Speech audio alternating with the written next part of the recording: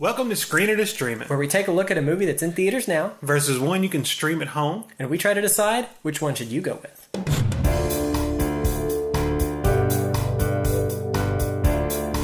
This week on Screen It or Stream It, we've got a streaming TV review for you.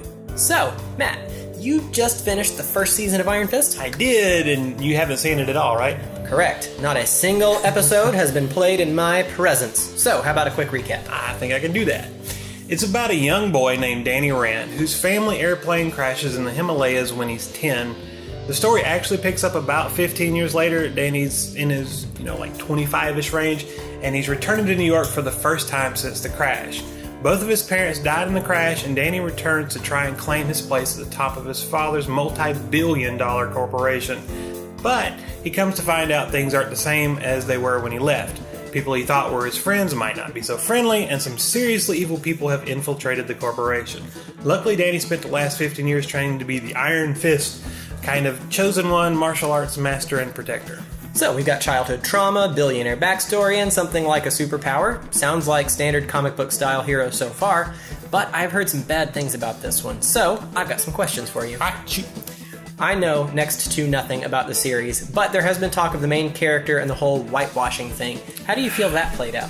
Well, Finn Jones plays the Danny character, and I guess I should start by saying I never followed anything from the Iron Fist, so I have no reference at all for anything that came before the Netflix series. Fair enough. A lot of people had a hard time accepting Finn as the Iron Fist because he's white. From what I've seen from the TV show, if I hadn't seen all the press about it, I probably wouldn't even have thought about it. There's really nothing that screams, "This guy shouldn't be white," to me. So he does a good job as Iron Fist? Yeah and no. He has to play 3 different characters in the show, or 3 different personas, really. Kind of like how Batman and Bruce Wayne are 2 different sides of the same person. Yeah, I like that. But he has to do it, 3 different times. There's Danny Rand, the scared little kid who has no idea of what it means to be an adult. I mean, he spent most of his life locked away with some monks. Finn does a really good job with this, actually.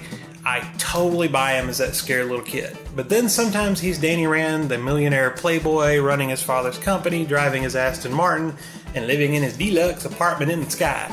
And he does an okayish job of that, but sometimes the scared little kid bleeds through into that playboy character. I could see that being a problem, but to be fair, Batman occasionally bleeds over into the Bruce Wayne character, and to use the Batman reference again.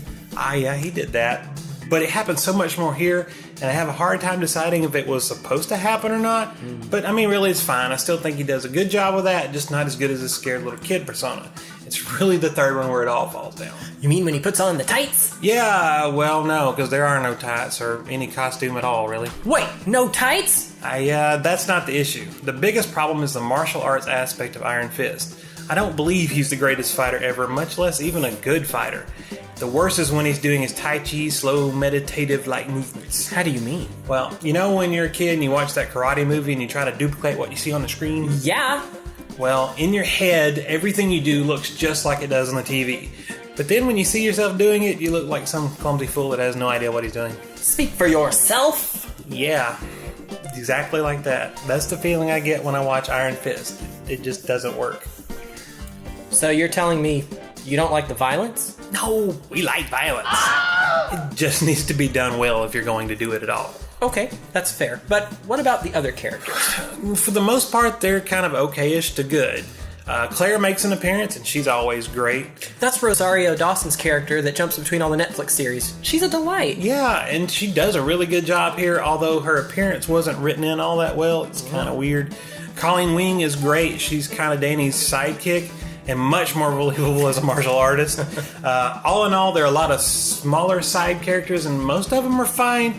I just felt really the villains were lacking, though, too. Hasn't this been a recurring problem in Marvel movies? I mean, they either seem to be a weak villain or maybe not played out the best, but I thought the Netflix series had done a much better job with the villains. Yeah, you saw Daredevil, right? Of course, and I thought Kingpin was a great antagonist. Yeah, me too. And Cottonmouth was great in Luke Cage. The Purple Man was really scary in Jessica Jones. But I can't say that the villains were good in Iron Fist. In fact, for the most part, I didn't even know who the bad guys were supposed to be. Well, then it sounds like this is not a show you would recommend for people to see? I wouldn't like jump right to that conclusion. I'm not gonna be like harassing you until you see it. Josh, you must watch this. But I didn't really hate it. Okay, so what do you like about it? Two things really. The first is just that it's like the feeling you get from it. It's kind of a mix of a Marvel Netflix series, a Saturday morning cartoon, and one of those old, horrible, cheesy, dubbed over karate movies. Well, that sounds wonderful. I can't describe it accurately, but it just works for me. It's kind of a mix of nostalgias from my childhood. I could see that. The second thing is the story. If you throw away all that superhero stuff, it ain't half bad. It's about a man trying to find himself while trying to fight for what's rightly his in his father's company. Everyone seems to be out to get him, and he really doesn't know how to function as a businessman. He's trying to be nice, but sometimes that's not the best for business. Does he do what he knows to be right, or does he do what everyone is telling him is right?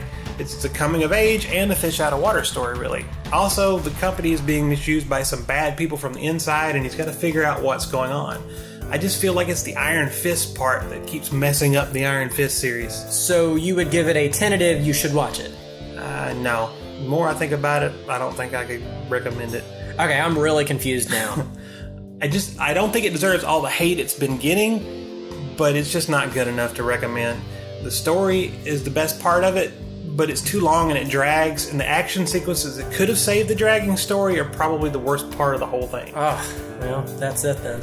Well, that's it for us this week. Thanks for watching Screen It or Stream It. And remember, don't take your kids to the movies on Tuesday nights, because that's when we go.